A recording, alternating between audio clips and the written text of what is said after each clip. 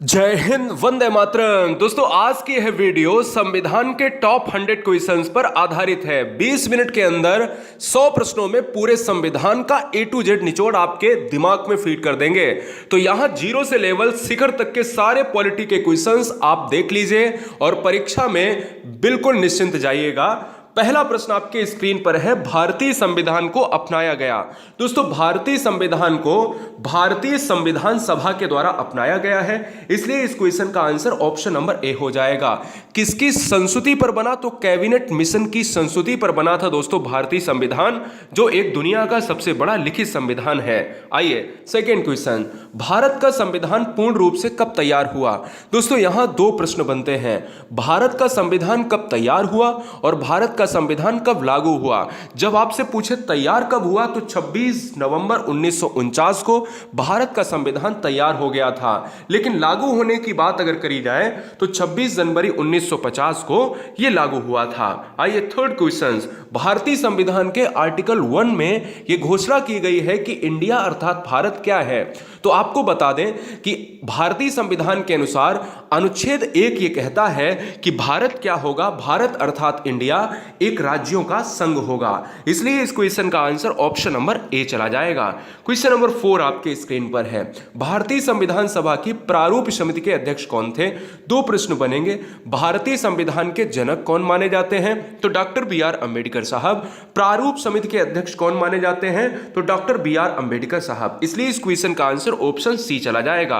गुरुजी world exam study में अगर आप पहली बार हैं तो ईमानदारी से सिलेक्शन के लिए ईमानदारी से वीडियो को लाइक कर लो और चैनल को सब्सक्राइब कर लो। फिफ्थ क्वेश्चन कहता है कि भारतीय संविधान में मौलिक कर्तव्य का विचार कहां से लिया गया? तो दोस्तों, जब हम मौलिक अधिकार की बात करें तो अमेरिका से मार दो, जब आप मौलिक कर्तव्य की बात करो तो आप रसिया से मार दीजिएगा, यानी रूस के संविधान से, या यूएसएसआर या सोवियत संघ, जो भी क्वेश्चंस के ऑप्शंस में हो आप मार दीजिएगा। आइए क्वेश्चन नंबर 6 देखिएगा, संपूर्ण भारतीय संविधान के निर्माण में संविधान सभा को कितना समय लगा? तो भारत के संविधान को बनने के लिए दोस्तों 2 वर्ष, भैया कितना समय लग गया? 2 वर्ष 11 महीना 18 दिन लग गया, यानी आंसर बी हो जाएगा। अगले क्वेश्चंस की बात करेंगे, वर्तमान में भारतीय संविधान में कुल कितनी अनुसूचियां हैं? दोस्तों 7 नंबर और 8 नंबर बिल्कुल एक जैसे प्रश्न हैं, दो प्रश्न को ध्यान से करना, 7 नंबर और 8 नंबर परीक्षा में जब कुल अनुसूचियों की संख्या पूछी जाए तो आपको मारना है 12, यानी आंसर सी। जब क्वेश्चंस को थोड़ा सा बदल दिया जाए कि मूल संविधान में कुल कितनी अनुसूचियां थी, यानी जब आपसे संविधान जिस समय बना था उस समय कुल अनुसूचियों की संख्या कितनी थी, तो आपको याद रखना है 8 थी दोस्तों, आंसर बी हो जाएगा, और वर्तमान में 12 है। 9 नंबर, किसी भी राज्य का संवैधानिक प्रधान किसे माना जाता है? तो दोस्तों ये क्वेश्चन हर बच्चा गलत करता है। अब दो क्वेश्चन यहां से बनते हैं, अगर क्वेश्चन पूछ लिया जाए कि देश का संवैधानिक प्रधान किसे माना जाता है तो आप राष्ट्रपति मारिएगा या प्रधानमंत्री मारिएगा, लेकिन मैं आपको यहां पर बता देना चाहता हूं कि जब संवैधानिक प्रधान पूछा जाए राज्य में तो वो राज्यपाल हो जाता है, आंसर ए हो जाएगा। ये वही राज्यपाल है जो मुख्यमंत्री की क्या है, शपथ ग्रहण करवाता है। क्वेश्चन नंबर 10, भारत में सरकार संसदीय प्रणाली कहां से ग्रहण की गई? जब संसदीय प्रणाली की बात करी जाए दोस्तों तो आपको क्या लगता है, यानी ब्रिटिश संविधान। जब संसदीय प्रणाली की बात करेंगे तो हम ब्रिटेन से लेते हैं, और जब हम रूस की बात करते हैं तो मूल कर्तव्य की बात होती है, और जब हम संघात्मक व्यवस्था की बात करते हैं तो कनाडा से लेते हैं। फिलहाल आंसर जाएगा सी के साथ। संविधान के अनुच्छेद में, कौन से अनुच्छेद में धन विधेयक की परिभाषा दी गई है? प्रश्न 11 नंबर बहुत ट्रेंडिंग लेवल का है। जब आप धन विधेयक की बात कर रहे होते हैं तो आपको अनुच्छेद 110 तुरंत याद आ जाना चाहिए। आंसर हमारा ऑप्शन नंबर किसके साथ? ऑप्शन नंबर सी के साथ चला जाएगा। अगले क्वेश्चन की तरफ बढ़ेंगे। 12 नंबर, भारतीय संविधान में शामिल नीति निर्देशक तत्व किस संविधान से प्रेरित हैं? देखिए, नीति निर्देशक तत्व संविधान के आर्टिकल 36 से 51 तक हैं, जो राज्य के लिए हैं दोस्तों, है ना। भारतीय संविधान में अगर आयरलैंड की बात कर रहे होते हैं तो आयरलैंड से दोस्तों हमने क्या लिया है? हमने नीति निर्देशक तत्व लिया है। ऑस्ट्रेलिया से प्रस्तावना की भाषा, अमेरिका से हमने न्यायिक पुनरावलोकन या राष्ट्रपति का पद, या फिर हम कनाडा की बात करें तो दोस्तों कनाडा से संघात्मक व्यवस्था। संविधान का आर्टिकल 1, 2, 3 किससे संबंधित है? बहुत अच्छा प्रश्न है दोस्तों। जब आर्टिकल 1, 2, 3 की बात करेंगे तो आपको राष्ट्रपति के अध्यादेश का नाम तुरंत याद आ जाना चाहिए, और ये क्वेश्चन एग्जाम में कई सालों से ट्रेंड हो रहा है। आइए क्वेश्चन नंबर 14 देखिएगा, संविधान के किस भाग में संविधान संशोधन की प्रक्रिया का उल्लेख है? देखिए, जब आर्टिकल पूछा जाए तो आप 368 मारिए। जब यह पूछा जाए संविधान संशोधन किस देश से लिया है तो दक्षिण अफ्रीका मारिएगा। जब यह पूछा जाए कि संविधान संशोधन का उल्लेख कौन से भाग में है तो भाग 20 मारिएगा। अगला प्रश्न 15 नंबर कहता है कि 42वें संविधान संशोधन द्वारा प्रस्तावना में निम्नलिखित में किस शब्द को जोड़ा गया? तो 42वां संविधान जो है संशोधन जो है वो मिनी संविधान कहलाता है, और इसमें जो जोड़े गए शब्द हैं वो कौन से हैं? समाजवादी, पंथनिरपेक्ष और अखंडता जोड़ा गया शब्द है। इसलिए इस क्वेश्चन का जो राइट आंसर है क्या है? वो ऑप्शन नंबर हमारा ए हो जाएगा। चलिए, भारतीय संविधान में समानता का अधिकार 5 अनुच्छेदों द्वारा प्रदान किया गया है। समानता का अधिकार, और भारत में जो मूल अधिकार हैं उन्हीं के अंतर्गत समानता का अधिकार आता है। मूल अधिकार किस भाग में है? तो भाग 3 में है दोस्तों। 16 नंबर का जो आंसर है दोस्तों वो समानता के अधिकार में 14 से 18 के अंतर्गत जाएगा, यानी आंसर सी होगा। अगला क्वेश्चन है 17 नंबर, भारत के संविधान का निम्नलिखित में कौन सा अनुच्छेद अस्पृश्यता का उन्मूलन से संबंधित है? कई बार एग्जाम में जब क्वेश्चन थोड़ा सा कठिन पूछा जाता है तो यह प्रश्न आपको देखने को मिलता है। जब अस्पृश्यता पूछा जाए तो आपको याद भी करा देता हूं, अस्पृश्यता यानी सा है, और सा से आपको 7 याद रखना है, यानी आर्टिकल 17, ठीक है ना। चलिए, भारतीय संविधान सभा के प्रथम दिन का अधिवेशन जो है किसकी अध्यक्षता में किया गया था? तो आपको बताएं कि अस्थायी अध्यक्ष जो चुने गए थे वो सच्चिदानंद सिन्हा चुने गए, और स्थायी अध्यक्ष 2 दिन बाद ही जो है राजेंद्र प्रसाद चुन लिए गए। लेकिन जब प्रथम अधिवेशन की बात, यानी प्रथम दिन के अधिवेशन की बात, तो वहां पर अस्थायी अध्यक्ष काम कर रहे होते हैं, तो डॉक्टर सच्चिदानंद सिन्हा इस क्वेश्चन का आंसर ऑप्शन नंबर डी के साथ जाएगा। 19 नंबर आपके स्क्रीन पर है, भारतीय संविधान का कौन सा भाग संविधान की आत्मा कहलाता है? प्यारे, संविधान की आत्मा यानी प्रस्तावना प्रियम्बल कहलाता है। हम भारत के लोग भारत को संपूर्ण प्रभुत्व संपन्न समाजवादी, है ना, यही तो ना दोस्तों। इस क्वेश्चन का जो आंसर है वो ऑप्शन नंबर जाएगा बी के साथ। अगला क्वेश्चन है, भारतीय संविधान में प्रस्तावना की अगर बात ही हुई है तो जान लीजिएगा, प्रस्तावना को ही उद्देशिका कहा जाता है या प्रियम्बल कहा जाता है इंग्लिश में। अब तक कितनी बार संशोधन किया जा चुका है? तो दोस्तों अभी तक 1 बार संशोधन हुआ है, यानी आंसर ए जाएगा। डॉक्टर BR अंबेडकर द्वारा निम्नलिखित में कौन सा अनुच्छेद संविधान का दिल और आत्मा कहलाता है? संविधान का दिल और आत्मा दोस्तों आर्टिकल 32 कहलाता है। यह अनुच्छेद 32 दोस्तों संवैधानिक उपचारों का अधिकार है। जब किसी के अधिकारों का हनन हो रहा होता है तो वो हाई कोर्ट या सुप्रीम कोर्ट में जा सकता है। आंसर डी हो जाएगा। अगला प्रश्न है 22 नंबर, भारत के संविधान की प्रस्तावना में समाजवादी और धर्मनिरपेक्ष शब्दों को जोड़ा गया था। दोस्तों अगर हम बात करें समाजवादी, धर्मनिरपेक्ष जैसे शब्दों को कब जोड़ा गया, तो हम ये कहेंगे दोस्तों, क्या हम कहेंगे यहां पर 42वां संविधान संशोधन जो मिनी संविधान है। आंसर जाएगा बी के साथ। अगला क्वेश्चन है 23 नंबर, स्वतंत्रता के पूर्व के दिनों में प्रारंभ में किसने संविधान निर्मात्री सभा का विचार प्रस्तुत किया था? तो हम अगर कहें कि स्वतंत्रता के पूर्व के दिनों में प्रारंभ में जो संविधान सभा का विचार था वो किसने किया था? MN रॉय ने दोस्तों। MN रॉय इस क्वेश्चन का आंसर ऑप्शन नंबर ए में है, तो MN रॉय लॉक हो जाएगा। प्रथम भाषाई राज्य किसे बनाया गया था? प्रथम भाषाई राज्य आंध्र प्रदेश को बनाया गया था। कब बनाया गया था? 1953 में दोस्तों इसको बना दिया गया था। और 2014 में 2 जून 2014 में क्या हुआ? आंध्र प्रदेश से तेलंगाना भी अलग हो गया था।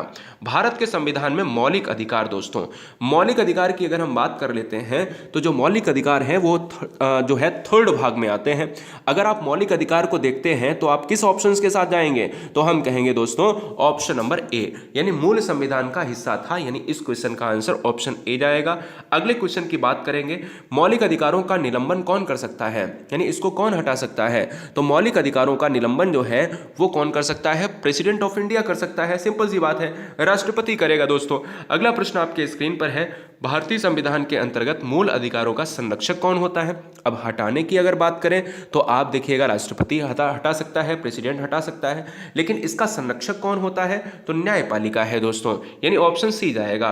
भारतीय संविधान का कौन सा अनुच्छेद छुआछूत उन्मूलन से संबंधित है? छुआछूत उन्मूलन से कौन सा संविधान जो है आर्टिकल जो है संबंधित है? तो हमने कहा दोस्तों जब हम अस्पृश्यता अध्यक्षता की बात करते हैं, जब हम आर्टिकल 17 की बात करते हैं, 17 की बात करते हैं, तो छुआछूत उन्मूलन से संबंधित है।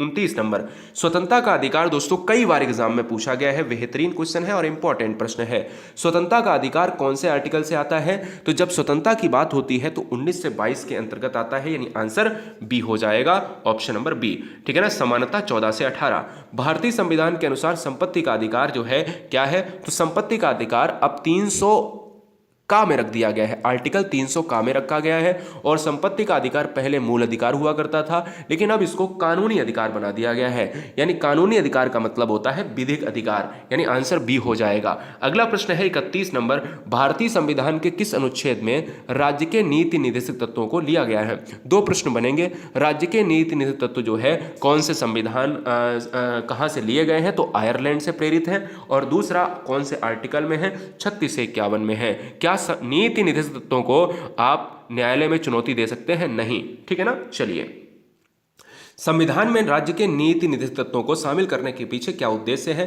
तो जब भी आपसे पूछा जाए कि नीति निर्देशक तत्व जो हैं उनको उद्देश्य की बात, क्या राजनीतिक लोकतंत्र की बात या सामाजिक लोकतंत्र की बात करेंगे दोस्तों, या फिर हम क्या सामाजिक आर्थिक लोकतंत्र की बात करेंगे, या फिर गांधीवाद? तो हम कहेंगे सामाजिक आर्थिक लोकतंत्र। यदि राज्य चाहेगा तो लोगों को देगा, नहीं चाहेगा तो नहीं दोस्तों प्रोवाइड कराएगा। भारतीय संविधान सभा के उद्घाटन अधिवेशन की अध्यक्षता की गई थी। उद्घाटन अधिवेशन की अध्यक्षता किसने करी? तो आपको बता दें, सच्चिदानंद सिन्हा जो प्रथम अस्थायी अध्यक्ष बने, और इन्हीं ने पहले दिन की कार्यवाही को संचालित किया। Answer is option number B. संविधान सभा में उद्देश्य प्रस्ताव निम्नलिखित में किसके द्वारा प्रस्तुत किया गया था?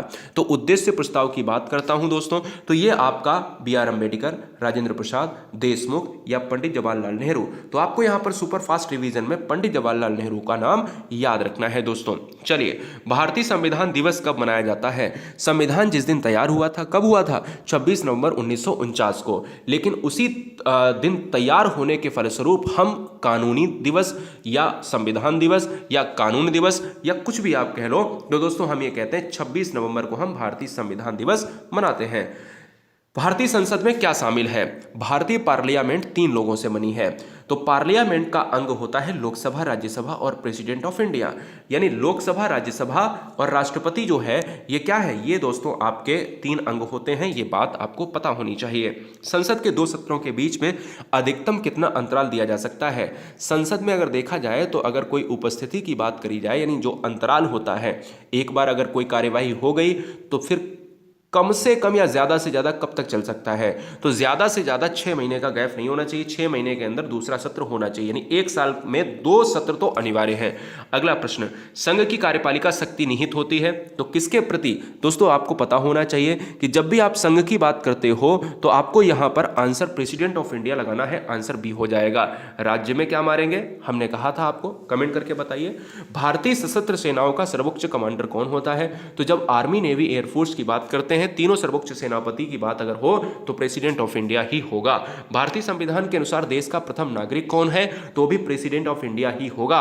अगला प्रश्न आपके स्क्रीन पर है, भारत के राष्ट्रपति बनने के लिए किसी व्यक्ति को कितनी आयु पूरी कर लेनी चाहिए? तो भारत का प्रेसिडेंट बनने के लिए कम से कम उसे 35 वर्ष की उम्र जो है पूरी कर लेनी चाहिए। इसलिए इस क्वेश्चन का आंसर ऑप्शन जाएगा किसके साथ? डी के साथ। राष्ट्रपति पद के चुनाव संबंधी विवाद को किसे निर्देशित किया जा सकता है? बताइए।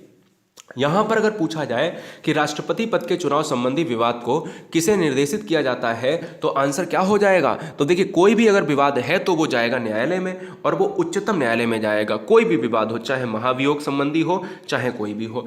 निम्नलिखित में कौन सा सुमेलित नहीं है? देखिए, क्वेश्चंस का लेवल बहुत हमने अच्छा रखा है। भाग 1 की बात करें, संघ और राज्य क्षेत्र है। भाग 2 में नागरिकता है। भाग 3 में भाई नीति निर्देशक तत्व कैसे हो सकते हैं? भाग 3 इस क्वेश्चन का यहां पर आंसर होगा, क्योंकि ये आपका फंडामेंटल राइट्स हैं, ना कि नीति निर्देशक तत्व। तो यहां पर भाग 3 में मूल अधिकार हैं और यहां पर दे रहा है नीति निर्देशक तत्व, यही सुमेलित नहीं है। तो आंसर हो जाएगा ऑप्शन नंबर सी, ठीक है ना। भारत के संविधान में समवर्ती सूची का विचार कहां से लिया गया? तो समवर्ती सूची का जो विचार है दोस्तों वो लिया गया ऑस्ट्रेलिया से लिया गया है, आंसर इज सी हो जाएगा। 7वीं अनुसूची का संबंध किससे है? देखिएगा, जब भी आप 7वीं अनुसूची की बात करते हो तो आप देखिएगा जो भी राज्य और केंद्र के मध्य जो विवाद विवादों का शक्तियों का बंटवारा होता है, उनमें विवाद होते हैं, उन चीज़ों पर डिपेंड करती है ये अनुसूची। तो केंद्र और राज्यों के मध्य जो शक्तियों का विभाजन है कि भाई कितने विषय तुम्हारे अंतर्गत आएंगे और कितने विषय हमारे अंतर्गत आएंगे। चलिए, निम्नलिखित में कौन सा सदन का सदस्य हुए बिना इसके अध्यक्ष के रूप में कार्य कर सकता है? बड़ा अच्छा प्रश्न है। यह प्रश्न काफी बार एग्जाम में ट्रेंड हुआ है। देखिए, जो वाइस प्रेसिडेंट ऑफ इंडिया होता है, भारत का उपराष्ट्रपति होता है, ये राज्यसभा के पदेन सभापति होता है, लेकिन ये राज्यसभा का अध्यक्ष नहीं होता, लेकिन इसके सदस्य बिना रहते हुए भी ये कार्य कर सकता है, इसलिए प्रेसिडेंट ऑफ इंडिया नहीं, वाइस प्रेसिडेंट ऑफ इंडिया होगा। आंसर इज बी हो जाएगा। राष्ट्रपति आंग्ल भारतीय समुदाय के कितने प्रतिनिधियों को लोकसभा में मनोनीत करता है? तो दोस्तों कुछ चेंजेस हुए हैं, लेकिन ऐसा क्वेश्चन अभी देखा जा रहा है। तो आंग्ल भारतीयों की बात करें तो वहां पर आपको 2 मार देना है। अगला प्रश्न है, लोकसभा में आंग्ल भारतीय समुदाय 2 सदस्यों को मनोनीत करने की शक्ति किसके पास है? तो क्वेश्चन को घुमा के पूछ लिया दोस्तों। तो यहां पर प्रेसिडेंट ऑफ इंडिया, सिंपल सी बात है, क्योंकि जब यहां क्वेश्चन में राष्ट्रपति की बात कर रहा है तो 2 करता है, तो यहां क्वेश्चन को ऊपर कर दिया भैया, ऑप्शन को नीचे कर दिया, है ना, सिंपल सी बात है। राज्यसभा के चुनाव हेतु जो है निम्नलिखित में कम नहीं होनी चाहिए, यानी कौन सी एक आयु है जो राज्यसभा के सदस्य के लिए भाई एक उम्र होनी चाहिए? बताइए कौन सी? अगर हम बात करते हैं राष्ट्रपति तो 35, अगर हम राज्यसभा तो 30, है ना, आंसर सी हो जाएगा। अगला, राज्यसभा के सदस्यों का कार्यकाल कितने वर्ष का होता है? कमेंट कीजिएगा। राज्यसभा के सदस्यों का कार्यकाल दोस्तों होता है 6 वर्षों का होता है, और लोकसभा का 5 वर्षों का होता है। हाँ, एक चीज और आपको बता दें, लोकसभा निम्न सदन है, राज्यसभा उच्च सदन है। लोकसभा भंग हो सकती है, राज्यसभा को कोई भंग नहीं कर सकता है। आंसर हमारा डी होगा। 51 नंबर कहता है, लोकसभा और राज्यसभा में गणपूर्ति संख्या, यानी अगर कार्यवाही संचालित करनी है तो कितने लोग होने चाहिए? तो दोस्तों 1/10 की बात अगर कर रहे हैं तो बिल्कुल आंसर सही है। अगला, भारत एक धर्मनिरपेक्ष राज्य है। देखिएगा, धर्मनिरपेक्ष राज्य का मतलब है क्या है? धर्मनिरपेक्ष जो है हमेशा यूज हम करते हैं, तो इसका मतलब क्या है? तो आपको ये पता होना चाहिए दोस्तों कि हमारा जो आंसर है ऑप्शन नंबर डी, किसी निश्चित धर्म का समर्थन। भारत में सारे धर्म, देखिए हर धर्म, जाति, भाषा और जितने भी लोग हैं, भाषाई आधार पर लोग हैं, वो बहुत प्रेम से रहते हैं हमारे यहाँ। तो हम लोग किसी भी विशेष धर्म की बात नहीं करते, हमारे लिए सारे धर्म सेम है। आंसर हमारा डी जाएगा। भारत के संविधान में ब्रिटेन के संविधान से क्या नहीं लिया गया है? दोस्तों इसी तरीके की इतिहास की 100 क्वेश्चन की वीडियो, इसी तरीके से भूगोल की, इसी तरीके से आपको कंप्यूटर की, अर्थशास्त्र की, हम पूरी तरीके से क्विक रिवीजन कराने वाले हैं। तो गुरुजी वर्ड एग्जाम स्टडी को ईमानदारी से सब्सक्राइब कर लेना। भारत के संविधान में ब्रिटेन के संविधान से क्या नहीं लिया गया है? तो दोस्तों जब ब्रिटेन के संविधान की बात हम कर लेते हैं तो मूल अधिकार नहीं लिया गया है, मूल अधिकार लिया गया है यूएसए से लिया गया है, यानी अमेरिकी संविधान से। निम्नलिखित में वह जो है मूल अधिकार है जिससे भारतीय संविधान विकसित हुआ, यानी वह मूल आधारिका है। ये प्रश्न थोड़ा सा जो है पूछा गया है। तो हम ये कहें दोस्तों 54 का जो नंबर है आंसर है, तो हम ये कहें क्वेश्चन में ये है, देखो समझो कि क्वेश्चन में ये पूछ रहा है कि ऐसा कौन सा आधार है जिससे हमारा भारतीय संविधान विकसित हुआ है, यानी मूल आधारिका, यानी ऐसे आधार को बताना है कि जिससे हमारा इंडियन कॉन्स्टिट्यूशन जो है डेवलप हुआ है। तो भारत शासन अधिनियम 1935 का रोल बहुत ज्यादा है हमारे संविधान को डेवलप करने में। अगला प्रश्न है, मौलिक अधिकार में संशोधन करने में कौन सक्षम है? मौलिक अधिकारों में संशोधन करने में कौन सक्षम है? तो जब संशोधन की बात करेंगे दोस्तों तो हमें पता होना चाहिए कि संसद को ही है, चाहे वो लोकसभा हो चाहे वो राज्यसभा हो। निम्नलिखित में किस वर्ष संविधान में मूल कर्तव्यों को स्थापित किया गया? तो मूल कर्तव्यों को रूस से लिया गया है, सोवियत संघ से लिया गया है, और 1976 में जो है इसको हमें स्थापित करने का मौका मिला और हमने कर डाला। 57, निम्नलिखित में मूल अधिकारों को राष्ट्रीय आपातकाल के दौरान स्थगित नहीं किया जा सकता। कौन से ऐसे आर्टिकल हैं जो हम नहीं स्थगित कर सकते? तो दोस्तों आपको याद रखना है कि जो आर्टिकल 20 है और 21 है इनको स्थगित नहीं किया जा सकता है। चलिए, ये बहुत बार पूछा गया है। 57 नंबर, भारत को एक संविधान देने का प्रस्ताव संविधान सभा द्वारा पारित किया गया था। संविधान देने का प्रस्ताव, ध्यान दीजिएगा, क्वेश्चन को थोड़ा सा तोड़ मरोड़ के पूछेगा, लेकिन क्वेश्चन का आपको आंसर पता होना चाहिए। देखिएगा, जब भी आपसे ऐसा प्रश्न पूछे, क्या है, जब भी आपसे इस तरीके से प्रश्न पूछे तो क्या मारेंगे? तो इस क्वेश्चन का आंसर कभी भी 1946 या 1949 नहीं पड़ेगा। 1947 22 जनवरी 1947 को संविधान देने का प्रस्ताव किया था, ठीक है ना, याद रखिएगा। और यहां पर अगला क्वेश्चन है 59, भारत के राष्ट्रपति की मर्जी तक निम्नलिखित में कौन अपने पद तक रह सकता है। देखिए, राष्ट्रपति की अगर मर्जी है तो भाई कौन रह सकता है, तो वो राज्यपाल ही रहेगा। राज्यपाल को वो चाहे एक दिन में हटा दे या 10 वर्ष या 15 वर्ष के लिए वो नियुक्त कर दे, ठीक है ना। संविधान सभा का गठन किस मिशन के योजना के उसके दौरान किया गया, तो आपको बता दें कि संविधान का गठन संविधान सभा के द्वारा हुआ। पहला, संविधान का गठन किस मिशन के तहत हुआ, तो वो कैबिनेट मिशन के तहत हुआ। आंसर ये ऑप्शन नंबर बी हो जाएगा। अगला 61 कहता है लोकसभा या विधानसभा के निर्वाचन में एक उम्मीदवार अपनी जमानत की राशि खो देगा अगर उसे कुल कितने मत नहीं मिलेंगे, वोट नहीं मिलेंगे। हम लोगों के यहाँ गांव या फिर कस्बे में जो प्रत्याशी खड़े होते हैं तो बताते हैं कि भाई अगर इतने वोट नहीं मिले तो जमानत जब्त हो जाएगी आपकी, है ना। तो 61 की अगर हम बात कर लेते हैं तो दोस्तों आपको बता दें कि इस क्वेश्चन का आंसर है ऑप्शन नंबर सी 1/6। कम मत अगर प्राप्त हो रहे हैं तो जमानत जब्त हो जाएगी। 62 की अगर हम बात करेंगे तो आपको पता होना चाहिए कि कोई वित्तीय बिल प्रस्तावित हो सकता है। कोई वित्तीय बिल है तो वो केवल निम्न सदन लोकसभा में जाएगा। लोकसभा में मंत्री परिषद के विरुद्ध अविश्वास प्रस्ताव लाने हेतु न्यूनतम सदस्य संख्या कितनी हो सकती है, तो 50 हो सकती है दोस्तों। अगला प्रश्न है लोकसभा के अधिकतम सदस्य कितने हो सकते हैं, तो लोकसभा में अधिकतम जो सदस्य हैं 552 हो सकते हैं, ये बात आपको याद रखनी है। भारत में स्वतंत्रता के बाद प्रथम आम चुनाव कब हुए थे, बेहतरीन प्रश्न है। तो सबसे पहले आम चुनाव हुए थे, पहले आम चुनाव कभी भी 1950, देखिए यहां पर ऑप्शंस में नहीं है लेकिन 1950 ऑप्शंस में आता है ना। 66 देखिएगा निम्नलिखित में कौन सा एक लोकसभा का सर्वाधिक बड़ा निर्वाचन क्षेत्र है। लोकसभा का सर्वाधिक बड़ा निर्वाचन क्षेत्र है 66 नंबर का जो आंसर हो जाएगा वो किसके साथ जाएगा, लद्दाख के साथ जाएगा। आंसर इज बी होगा। अगला प्रश्न है 67, 42वें संविधान संशोधन 1976 को किस नाम से जाना जाता है, तो मिनी संविधान के नाम से जाना जाता है प्यारे, ठीक है ना। भारतीय संसद के अपर हाउस को क्या कहा जाता है, निम्न हाउस को कहा जाता है दोस्तों राज्यसभा, और अपर हाउस को कहा जाता है निम्न सदन को कहा जाता है लोकसभा, और अपर हाउस को कहा जाता है राज्यसभा। फिर से सुनिएगा, राज्यसभा को विद्वानों का सदन कहा जाता है, अपर सदन कहा जाता है, निम्न सदन कहा जाता है लोकसभा को, और लोकसभा का एक अन्य नाम है लोगों का सदन, ठीक है ना। विधानसभा निम्न सदन होता है राज्य का, और संसद का राज्यसभा जो है इसको अपर कहा जाता है, ठीक है ना। ये बात आपको याद रखनी है। राज्यसभा को स्थायी सदन कहते हैं, क्योंकि स्थायी सदन कहते हैं दोस्तों इसलिए क्योंकि इसे भंग नहीं किया जा सकता। इसके सदस्यों का कार्यकाल जो होता है वो 6 ईयर होता है, जबकि लोकसभा में 5 ईयर होता है। आंसर ये ऑप्शन नंबर बी होगा। अगला प्रश्न है भारतीय संविधान की 8वीं अनुसूची का संबंध किससे है।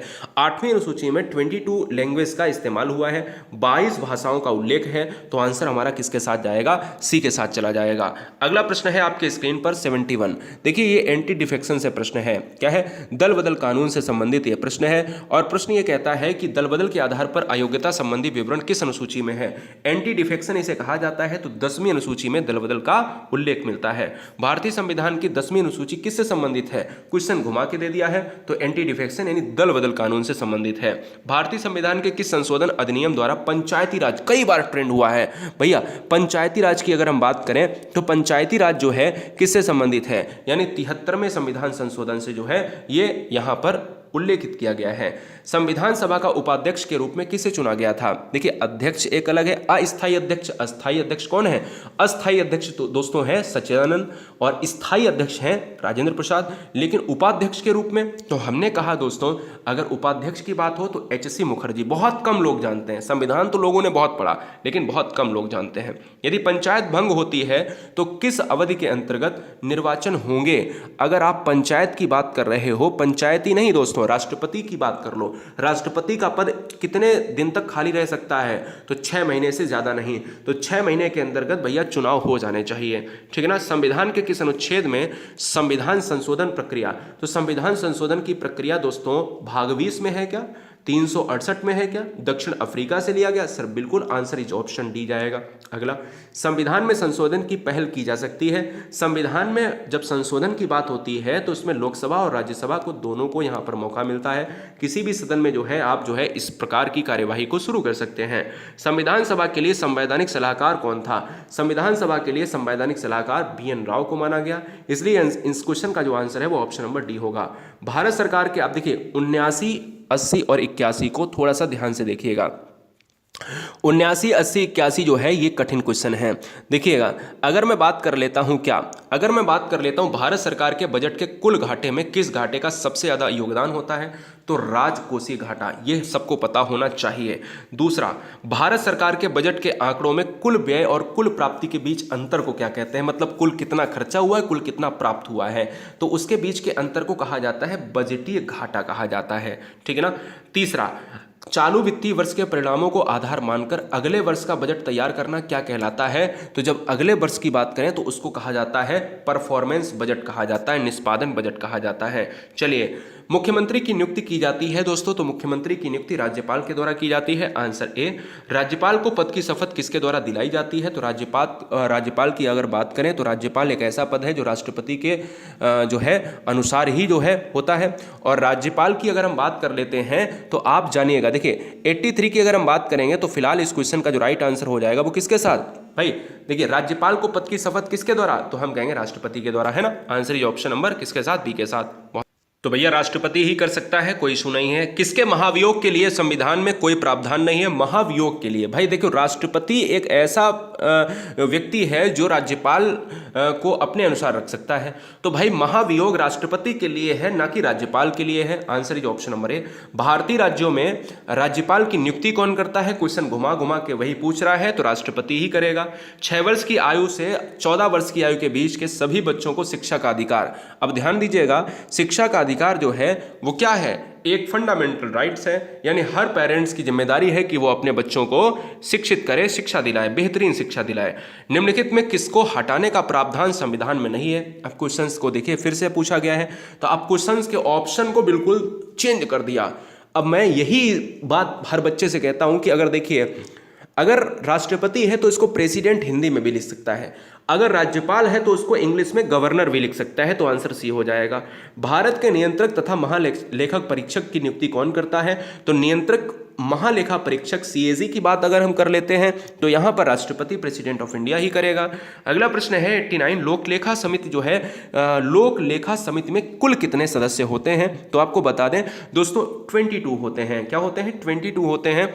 गुरुजी वर्ड एग्जाम स्टडी में आने वाले हर बहन हर भाई के माता पिता को धीरज द्विवेदी का प्रणाम और आप सभी को बहुत सारा प्यार। मैं उम्मीद करूंगा ये जो नई सीरीज हमने सुपर फास्ट सीरीज चलाई है, क्विक रिवीजन, क्योंकि परीक्षा के पहले बच्चों के ऊपर बहुत वर्डन होता है, इसलिए मुझे लगता है कि हर क्वेश्चन में समय, अब समय के लिए क्या है, अब इसमें देखिए अगर कोई भी क्वेश्चन होगा तो उसको इतना डिटेल में बता दो तो 100 क्वेश्चन होंगे 500 वीडियो में, है ना।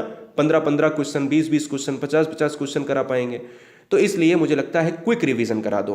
90 क्वेश्चन क्या कहता है, इस क्वेश्चन में क्या पूछता है, कहता है कि निम्नलिखित में सबसे बड़ी संसदीय समिति कौन सी है, तो प्राक्कलन समिति है दोस्तों, एस्टीमेट कमेटी कहा जाता है।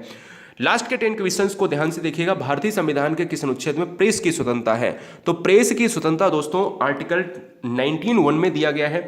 विधानसभा अध्यक्ष का चुनाव कौन करता है, विधानसभा अध्यक्ष का चुनाव की अगर हम बात कर लें, 92 की बात अगर करी जाए तो दोस्तों यहां पर विधानसभा सदस्य करते हैं। किस राज्य में विधानसभा सदस्यों की संख्या सबसे अधिक है, तो उत्तर प्रदेश, नॉर्मल सी बात है, सबसे बड़ा जो है प्रदेश है उत्तर प्रदेश।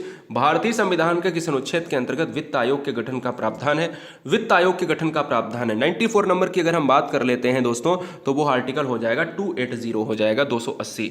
भारतीय संविधान, अब वित्त आयोग के अध्यक्ष की अगर बात कर लेता हूं, कौन करता है नियुक्ति, तो वित्त आयोग के अध्यक्ष और वित्त आयोग का प्रमुख जो भी है यानी उसके सह अध्यक्ष, तो वो सारे प्रेसिडेंट ऑफ इंडिया राष्ट्रपति ही करता है।